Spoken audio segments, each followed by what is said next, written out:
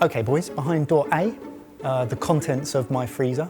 Door B, the contents of my fridge. But before you have a look, you must discuss amongst you and agree who's going to take which before I reveal the ingredients you're working with. Who wants the playground of upscaling freezer items versus a ready, steady cook of fresh? Or are you just playing on what Mike's most likely to have brought? He literally arrived at the studio today with a wheelie case full of his fridge and freezer. I think Mike, being a dad who says he's struggling a bit at home with his food at the moment, will have this, like everything will be in here, like I have at home. Right, Mike? I can't give you any clues. The question is, will any of it be labelled? I'm confident with the freezer. I'm happy to take the fridge. I feel like it's probably the easier route normally. Whether that's the case with what Mike has in his fridge and freezer is the matter still to be played I'm out. really questioning what is in there now. This is going to reflect badly upon me. OK, well, let's have a look at what you've won. Kush, door A. Oh, some home A lot of portion stuff, as in leftovers. I can't show that. That is a shite curry. Well, at least it's labelled. What is that? It's got mince in it. Why is there mince in a curry? Oh, well, that's even worse. That's actually a chilli. That's a turkey mince chilli. That you don't know that it tasted that bad, you just called it a curry? Well, great. It's been in there since Jan. Fish fingers. Nuggets, peas. What are these? Bao buns? That is pizza dough. Oh, right. There's not much in here. I thought this would have a... How big's your freezer at home? It's 2 little drawers. Ah, right. I thought you had one of these at home. Right, OK. It's quite limited, but... Mac and cheese balls. Mac and cheese balls. Chorizo doesn't need cooking. Cheese, prawns. Small prawns. I feel like I got it pretty easy. So my challenge is cooking something from Mike's ingredients that Mike wouldn't normally cook to give him some inspiration. OK. How long we got? Hour sound good? Yeah. I think Kush will need it, because his stuff starts off frozen. And the more creative, the better. OK, chefs. Get creative. Good luck. So this is, I assume, your sourdough pizza dough? Yeah, but with a poolish. Oh, we made this? It's the same recipe as the one we did in the course. Right. OK, fine. So that'll defrost in about 10 minutes, hopefully, in the microwave. In a microwave. In the microwave. Frozen mixed peppers. The worst thing in my freezer, and I stand by that right now. Yeah, but it's one of the only vegetables you have. No, I know, but I bought them because I was lazy, but I don't use them because they just go soggy. So prawn gyozas, I think. Gyozas. These can be cooked from frozen. Yep. So I'm just going to lay out how many I need. Could you put these back in the freezer for me? Because I don't want to waste them. Yes, please. Right, I also want to use this coconut, because it's a lovely item, and all the ingredients for some form of curry. If you think that's creative enough. Ebbers, Yeah. what did you select from my fridge and what are you doing? This is no judgment on you, Mike. Okay, But here it comes But anyway. I feel like that is the least inspiring fridge of ingredients I've seen for quite some time. It's functional, it's purely functional. A carrot, a parsnip, some eggs and some cabbage. So that is a leftover from a roast dinner that I had, including the pre-cooked chicken breast. Where Kush is going to do a big bowl of everything so that if something doesn't work, it's kind of hidden, I'm going to do lots of small bowls of everything. So I'm going to do lots of quick, simple, really, really easy recipes that you can just take inspiration from. Sounds like a ploughman's episode. But none of them are It's a small plates restaurant of Mike's fridge. All plates out of Mike's fridge. Excellent. I've started with carrot, onion, parsley, oregano, heavy on black pepper, nicely seasoned, with an egg and flour mix to make some kind of fritters. And we'll serve on top of that a tapenade fried egg. So I want to get loads of colour on the coconut, like a dark toast. Oh, and then fold that through the peppers and make like a sambal, like a dry coconut roasted pepper sweet paste to cut through all of the delicacy of the rest of the dish. Got to warm up some coconut milk. 2 fingers. My daughter gets hungry. Mixing it up again, I'm going to use your leftover chicken to make some chicken tacos. No, I'm not. Changed my mind. Oh, gutted. I'm going to use your leftover chicken to make some kind of chicken nachos, but I'm not going to go anywhere near Mexico. I'm going to take it to Georgia because we've got those kind of ingredients kicking around. So, Georgia? I'm going to slightly pickle some white onion in the sour plum condiment that we've got in the dry store. I'm going to serve it with some feta, some stripped chicken on a plate with whatever else I can find in the dry store, because there's very little in the fridge. Your roast chicken's a bit dry, mate. It was absolutely perfect, and I will hear nothing else of it. It was so succulent. That is simply the cooling and fridging process. So into the roast chicken, I've added crispy onions. His favourite powder. Seasoned it with shiitake powder and a bit of water, just to sort of add a bit of moisture back in. And then that will go over our crispy nachos with our sour plum onions and a mayonnaise, which I'm going to combine with feta cheese. So you've got that kind of mayo crema kind of vibe. Ideally, sour cream, mayonnaise and a soft cheese. Haven't got that in the fridge, so we're going to go with that. Also found in the dry store some cactus. Because I was originally thinking, stay away from Mexico. Let's absolutely do Mexico. And then I changed my mind when I got down here, so it's going to be a wonderful fusion. So this is some lovely seasonal roasted peppers, cooked down with a sambal paste out of a jar, some tamarind. I'm going to fold through the heavily roasted, freshly grated coconut out the freezer and make a nicely dry paste, but like a really punchy, I think you can call it a sambal, like a dry coconut chili mix. Okay. That you can eat on the side of your bowl of everything. This is amazing. I have no idea where this is going. I can't picture it. I'm not going to cook a packet of ramen, because that'd be cheating. I'm just going to utilise the ramen seasoning. I'm interested in the area that you're going with. If I can turn that into noodles, Oh, if I roll it out and then cook it as noodles, serve it in a broth. it sounds like you're asking me, which is madness. Oh no.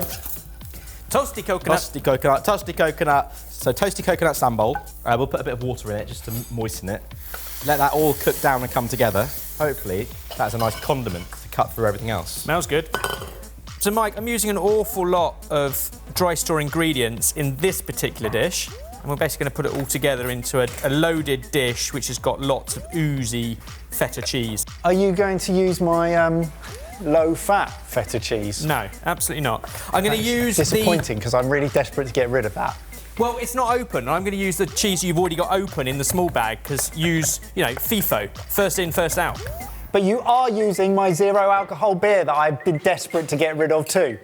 Well, I brought it over here because I was thinking I could do some beer-battered prawns, because you've got some prawns in there, but I don't know if we need them. I'm fascinated by this nachos dish. Me Does it too. sound anything like nachos? Here we go. Ben Kush is now making noodles out of defrosted frozen pizza dough. So knife-cut noodles, very popular in China, which will go well with our Southeast Asian inspired dish. Those are going to be some chunky, chewy noodles. They'll cook in some boiling water. Need to make the broth still. Got coconut milk here, that's reduced down a bit. Let's put the peas and the beans into that. Boys, if you were to have swapped ingredients, what type of thing would you have made from the contents of my fridge and my freezer? I constantly like taking things we've learnt recently from other people and putting a twist on it. And when we did the samosa chaat with Romy, which was basically samosas smushed with loads of delicious other flavourings, I saw those mac and cheese balls in the freezer, and I was tempted to do like an American chaat, basically, where you smush those and then layer with everything else. The challenge might have been finding the dairy kind of yogurty element, but that's the challenge, right? Kush? I would have made 4 different styles of Spanish tortillas. Frittata 4 ways. Frittata 4 ways. Do you remember that mad craze of pesto eggs? Where you fry eggs in pesto? Yeah. Well, I've got tapenade. So what happens if you fry an egg in tapenade to go on my Mediterranean dish? Mike, how long has that been in your fridge? I was going to use the feta. Oh, I can see it from the outside, it's pink. Look at the state of that. It's probably been in there quite a long time. Mike, that's going to kill someone. That's aged. Christ. That's bad. Look, everyone in my family is alive. I don't know what the fuss is. Look, we know mouldy cheese, whether it's a white mould or a blue cheese, or is a pink good, mould. But if it is pink, you absolutely get rid of it. Always sniff things, because you'll soon know. I'm going to have to go with Gruyere, which has completely messed up the... Oh no, you've got some of that half-fat rubbish. I'll use that. I wanted creamy, salty cheese. Instead, I've got half creamy, half salty. What are you worried about no fresh? There's tender stem broccoli here from the 13th of March. Our chicken and onion mix. I'm going to put those nachos chicken and cheese in the microwave to see if half-fat cheese melts. So I've made a pea and coconut velouté. I'm now going to season it with the ramen sachets. Oh my And God. that'll be the base of our broth. Plating has begun. Tapenade fried egg, still with a runny yolk, goes on top of our rosti. So I want to get some fat into the dish. So these will be a bit fatty, but then dressed with something vibrant. Some curry powder, some Kashmiri chili powder, and some whole roasted sesame with sea salt. Tossed through that to wake it up a bit. The moment I opened my mouth, I ate my words. You said, I got broccoli in the fridge, it's got the best before 13th of March. Today is the 20th. What's the date today? It's the 26th. The 26th of March, so 13 days after its best before. And I turned my nose up and blamed you. Actually, It's that's all right. exactly the time to start using it before it gets any worse. There's nothing wrong with it. Waste not, want not. I'm going to run a knife through the thick stems so that it all cooks nice and quickly in a little stir fry with the prawns, your beer, sesame oil, and if I can find it, some oyster. There's a dish in China called beer fish, and it was just fish cooked in beer with ginger, garlic, spring onion. I haven't got ginger, garlic, or spring onion in your fridge, but I have got lemongrass. I'm going to now blanch these par-cooked noodles already, because some bits of the dough has been cooked in the microwave. Is that hot oil? That's hot oil. You want it? Excellent. Yeah, I'm going to fry some ramen. Right, I'm going to drain these noodles and try and refresh them to keep them a bit al dente. Done shards of fish finger. I think we'll butterfly a chicken nugget.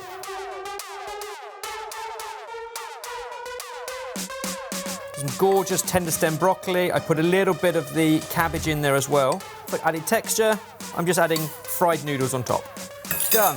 I'm very excited to eat all of these things.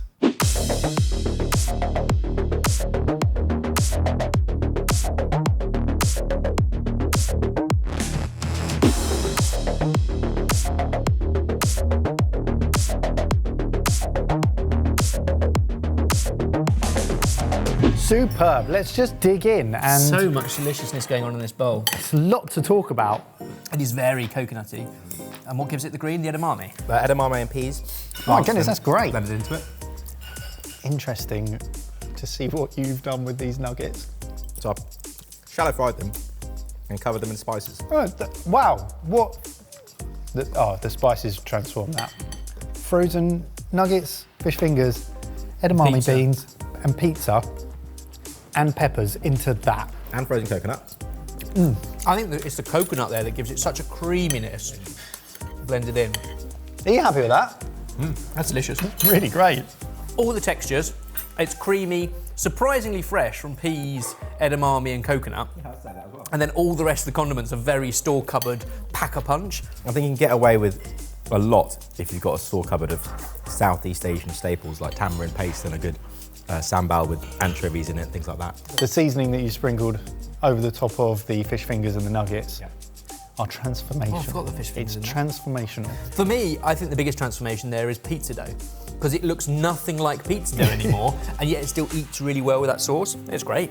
Ebbers, where would you like us to go first on your trio? Oh, good luck. Doesn't matter. So this, all the best flavours of roast chicken. All the skin is cut up into it, onions, and then hopefully I like there's this. some cheese underneath and some tacos and some cactus and some all sorts. That's lovely, that And it's combination. I must say, that could have done with a bit more cheese, like cheesy cheese. Yeah, Like a unfortunately. pulley cheese, maybe. Maybe I should have put some of the Gruyere on it. Or that pink feta had a certain texture to it. A certain funk. Yeah. Why does the cacti make it taste so authentically Mexican, forgetting everything else on the plate? Do you know what I mean? We've had that cactus in the bottled one. Yeah. Jarred. Really good stuff. Nearly 3 years. As long as my broccoli. It's been sitting in the dry store, so yeah. That's Great use. the weirdest anything. Mexican, you couldn't call it Georgian, you couldn't call it English roast dinner, and yet it's kind of got all of those. But it's interesting. It's delicious, but it's interesting, but not in the interesting. Sour, It's- spicy, interesting. creamy, salty. What about this? yeah. I haven't got into this either. Mostly veg, again, onion, cabbage, carrot, That's very nice. Broccoli? and a tapenade egg. No, not that one. That is great. Personally, I don't think it's anything you'd write home about, but in 7 minutes throw together with those ingredients, I think it's a great lunch item or a midweek kind of throw together. It's really easy. I think it's very Moorish. Yeah, I mean, the flavours I just kept very simple with oregano, salt and pepper, but you could go spicy, you could go super kind of like, again, South American, or you could keep it even more Greek and put some of the feta through that so you get little pockets of the cheese as well. But I kind of wanted points of difference. And this is very different again, it's just oyster, lemongrass and beer with your old broccoli and old cabbage. Keeping it green, keeping it crunchy but not raw. That's great. Well, again, We've both done a prawn dish. better than anything I could do. the testament on that is sniff it before you throw it. We did it with the feta and it needed throwing. We looked at it with the broccoli and despite the date being 2 weeks out of date, it's still perfectly good. Amazing. I mean, we set the criteria of creativity. I think you've smashed it out of the park, lads. That was lovely. Great job. You have some inspiration and it's all about arming yourself with a good store cupboard.